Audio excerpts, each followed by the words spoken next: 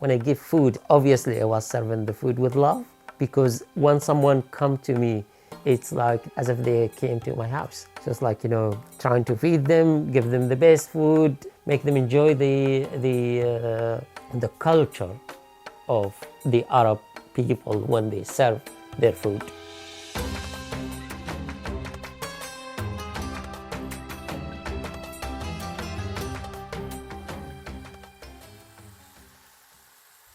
So my name is Abdullah. I've been born and raised in northeast Syria.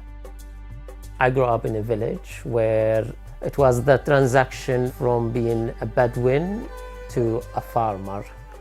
I remember food was a treasure for us because we don't have always access to food. This is the thing with being in the village, where the village rely on growing wheat. That's the only thing that they grow: wheat, barley, lentil. So that's the three things that you always have. This is why food, it was a big thing for us.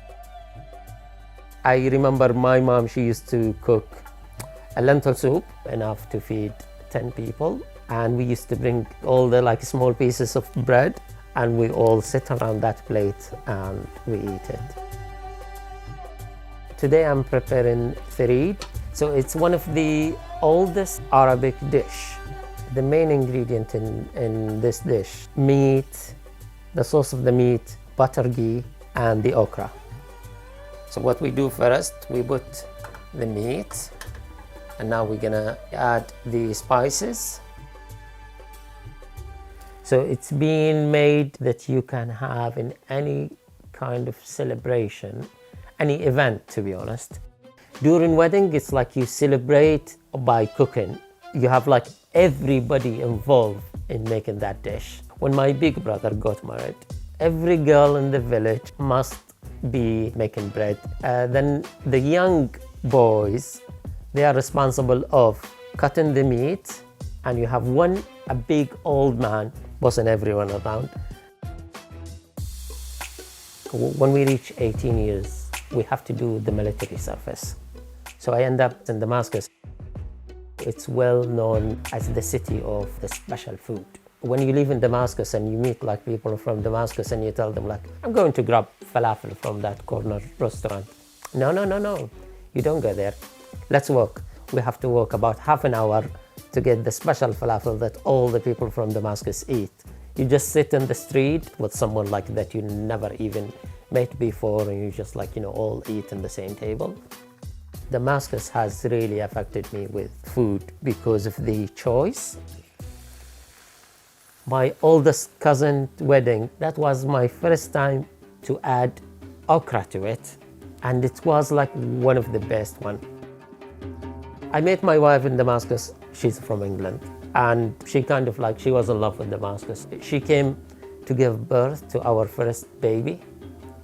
When the war started, 2011, we were not sure that's gonna start in Syria. We waited a little bit. We thought maybe things gonna change, but it didn't happen.